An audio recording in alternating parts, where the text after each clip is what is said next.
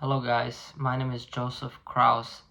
About 4 years ago, I left the Hasidic Jewish community, and in the Hasidic Jewish community, I didn't have any education, and including not in the English language, and English was not a language spoken, written, or read in the Hasidic Jewish community.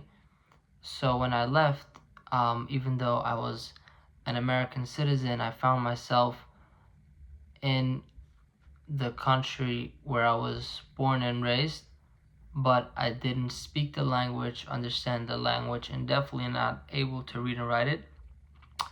It was so far as I didn't even know all the alphabets, so I had to start from scratch. I went to school for a little bit. Well, I left when I was 17 and a half years old.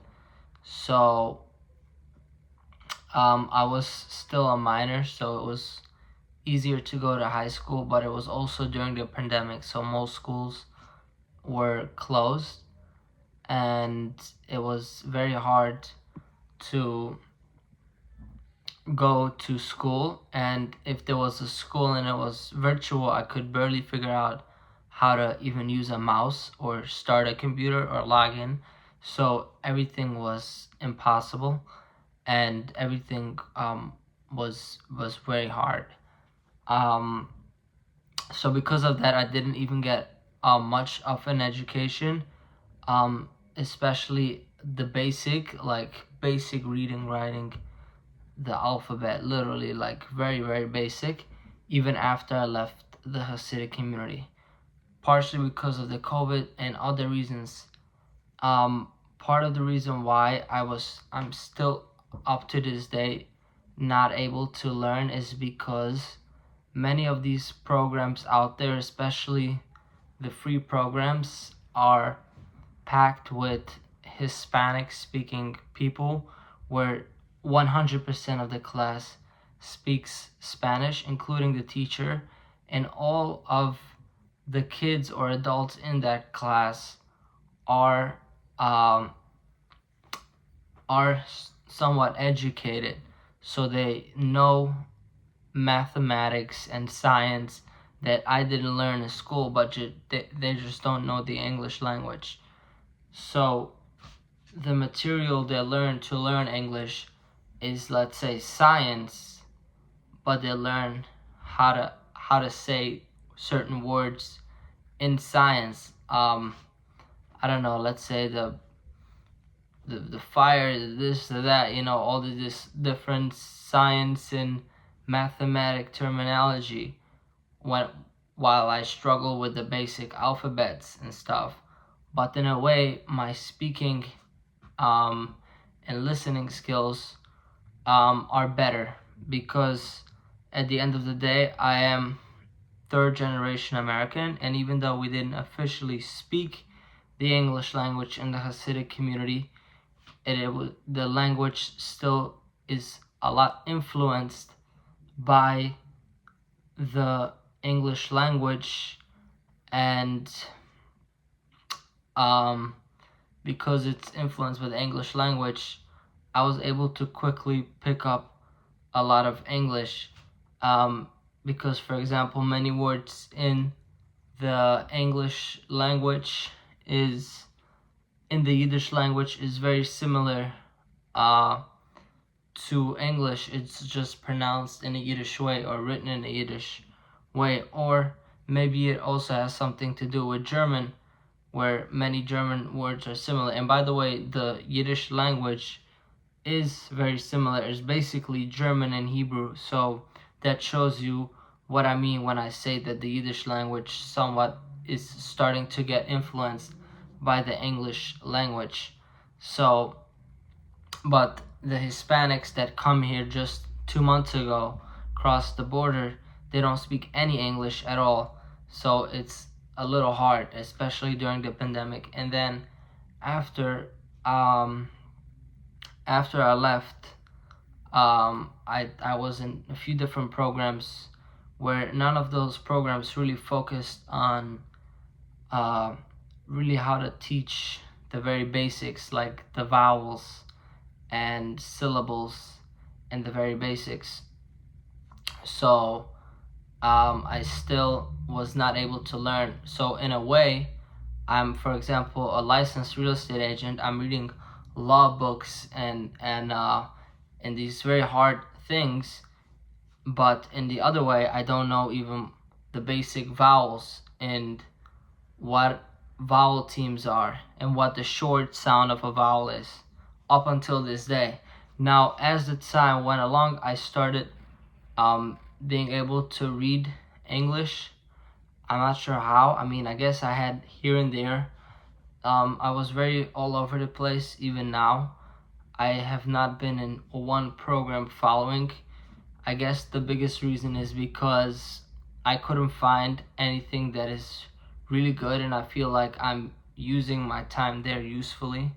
I was in one program called Job Corps, which is a trade school and like a high school, but it was not good, and I made a video on the past what ended up happening there. So I was there for about 1.5 years, and I never really learned the very basics. I mean, they did try their best to give me some 101 time, which is, in my case, I think the most important 101, because when I'm in a classroom, if I'm gonna try to take first grade, it's gonna be terrible because they're gonna sing songs and with the ABCs, and in a way I need that information, but I can learn it in a way much faster, and I don't need um the whole thing, the whole package around it. I just need the very basic facts and able to learn.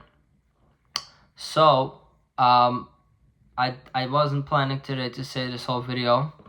I've been uploading videos every day recently, so I just wanted to make actually a video of the vowels and teach you guys somehow the vowels, but I ended up telling my whole story. And I also want to say, if anybody wants to support me with my English learning journey, I'm gonna, if I remember, to put my my where you can send money, payment information, and or you can leave a comment here or message me on Instagram. My Instagram is Joseph Kraus 18, Joseph Kraus 18,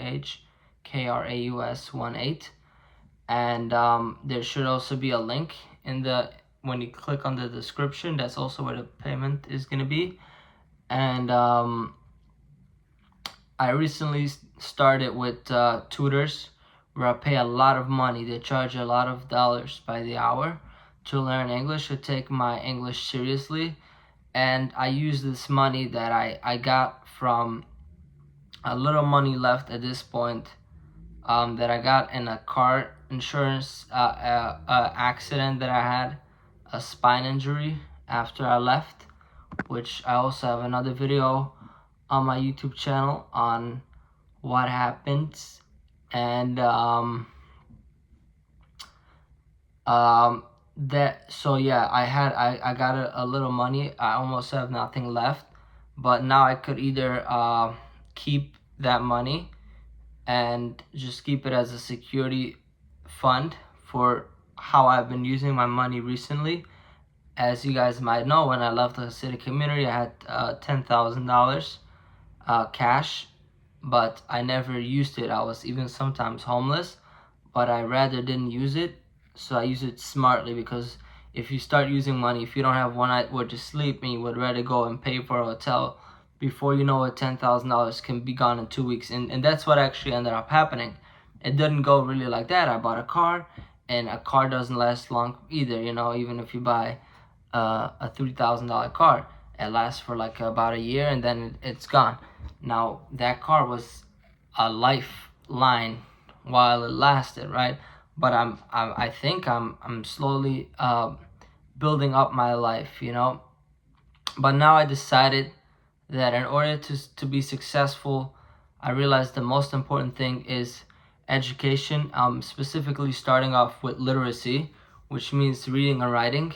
So I really am focusing now on my reading and writing. So I have a tutor for about 3 hours a day now, paying tremendous amount of money by the hour, and you don't really see progress because this is not like a real estate license or a driver's license where there's a short goal with a clear path. This is reading and writing. It takes a lot of practice, a lot of time, but I realize that's might be the only way.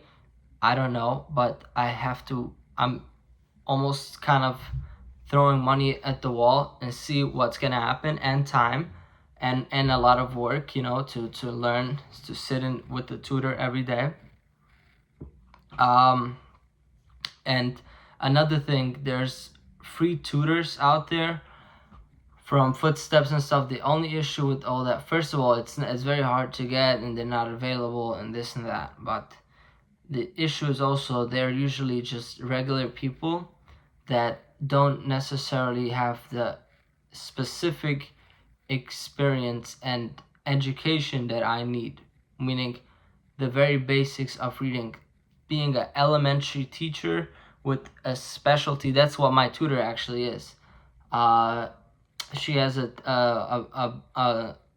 college degree, a master's, I think it's elementary education, and then another degree in teaching people languages. And I tried many tutors until I find the one that I think is the right one, where I'm really learning. I feel like I'm learning a lot, and it started to make sense. And I'm gonna get to the vowels at the end of the video here. I'm doing, as Trump says, the weave. So I am gonna say the thing with the vowels at the end of the video, but first I wanted to just say about the how I'm spending a lot of money on tutors, and if anybody wants to help, I would really appreciate it. And on my side, I decided to just see what happens. So I'm gonna spend all the money, and I might come at the end of it's like a savings account, right? I might come at the end of it and be like, wow, okay, I don't like my skills, my English, even if my English improves, right? I don't necessarily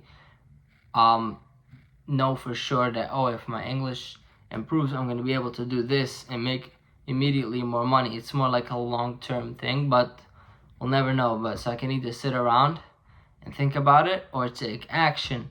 So as we know, success is about action. So I'm taking action. So now I'm going to talk what the original video was going to be 2 minutes. I was just going to talk about long and short vowels. And this is what I learned. And I wanted to ask you guys also if you can explain me. Because so I know the vowels are A, E, I, O, and sometimes Y. Now a long vowel is where the vowel says its name. So when you read a word, it says A, E, I, O. A, E, I, O, U, sometimes Y, right? And I'm realizing the chart that I have on my computer is wrong. It has only A, E, I, O, and it's blacked out the U with some watermark. So that just shows you need to have the right teachers and the right information. But luckily, I'm educated enough already to realize that when I'm reading this chart, it's missing the U. So A, E, I, O, U, and sometimes Y, right? So a short A would make the A sound, a short E will make the E sound, a short I will make the I sound, a short O will make the A sound, a short U will make the A sound. Now, this is where I get really confused, and I hope people can help me with. All of these sounds sound the same to me. I don't have the audio, I didn't think about it specifically, but I have photos.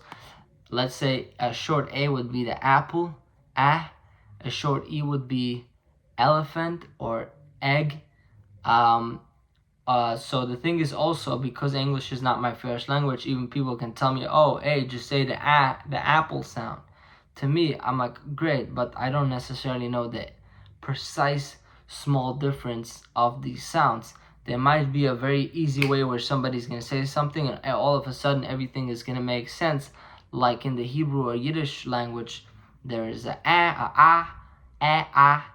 oi, I, like different.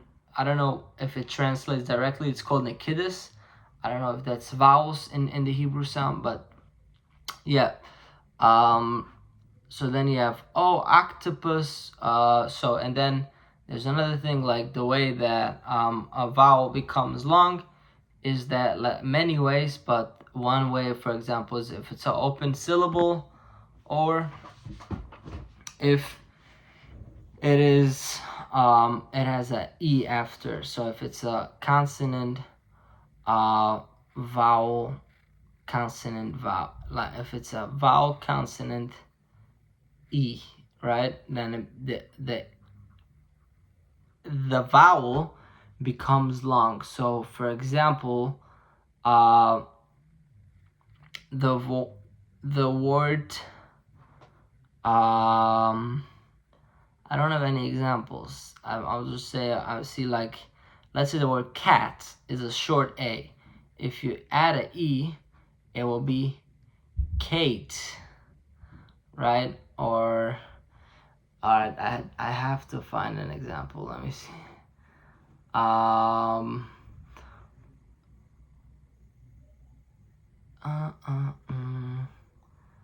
So, example, there's many. I just black out right in front of the camera. Let me see. I see here the word police, but I don't think police.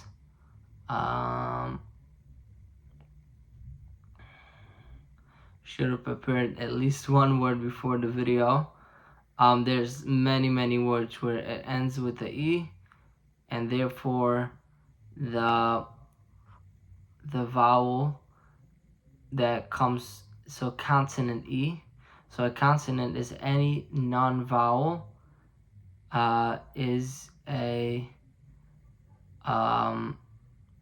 any non-vowel is a consonant, right? I see here a word. It says, I'm just gonna say it in the context. Child care. So the word care, air.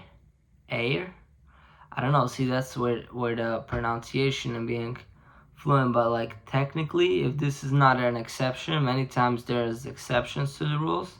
The word care would be a K sound. But I don't.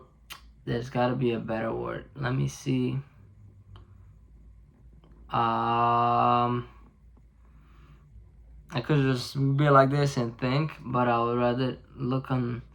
I'm looking at like an article here and just trying to scan through to see if there's any words.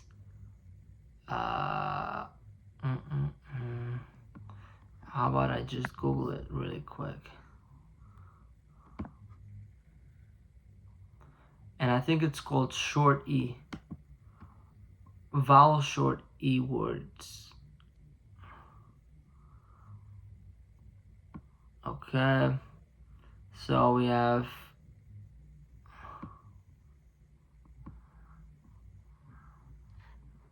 let me see one more time.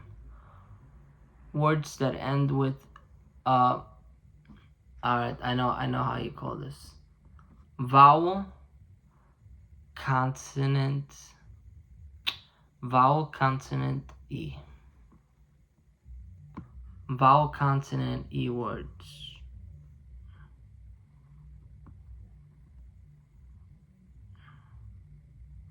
Let me see.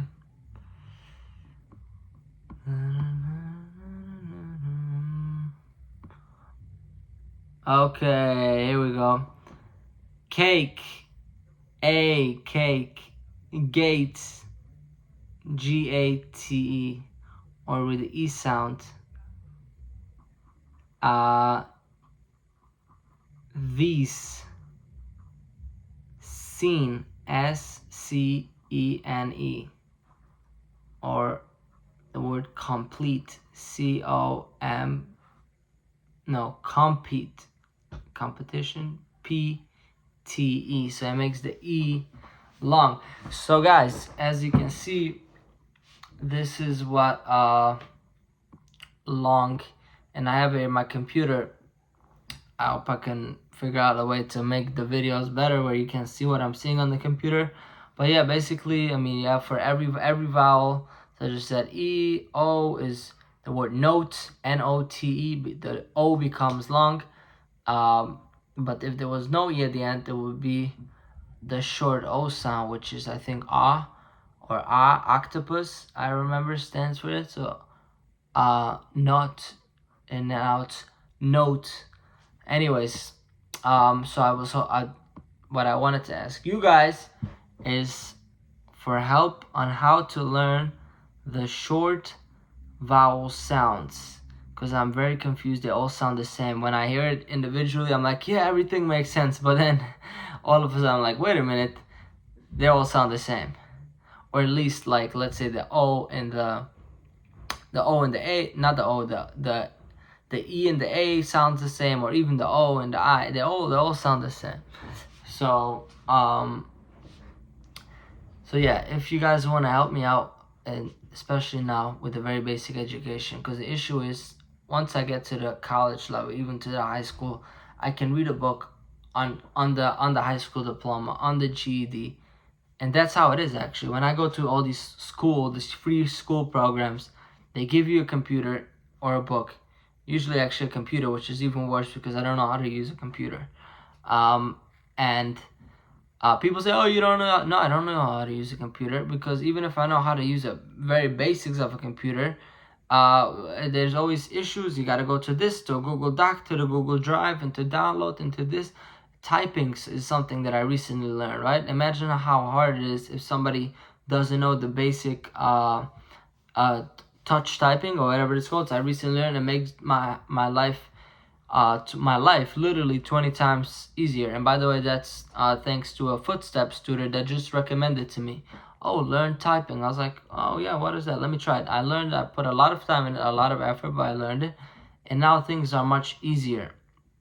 Okay, because computer literacy, and I don't know what it's called, digital literacy, is a whole thing by itself. So all these schools that give you a computer and they say, oh, read about the GED, and then there's a test, and then read the next chapter, and then there's a test, and it's all on the computer, and there's no teachers, there's no interactions, So I'm not completely mocking that, but I'm just saying in my case, it's very hard, especially if you start off with nothing. You need a foundation. Once you can read and write, okay, now you can give me a book and I'll read it myself. Just like I've already done with other things, like the real estate exam and different things. I'm not saying I completed it. I had people who helped me, and it was hard, but I'm saying that you need the basic foundation first. So if anybody wants to help me financially, it costs thousands of dollars. So any nice donation would be highly appreciated. And if anybody can explain these short vowel sounds, so I can move on to the next parts of speech, and I call it the rules of English language, to how to read. Thank you guys for watching. This ended up being a much more informal descriptive video of my life and how my English is doing. Subscribe to stay updated, follow me on Instagram, and have a great day. Bye.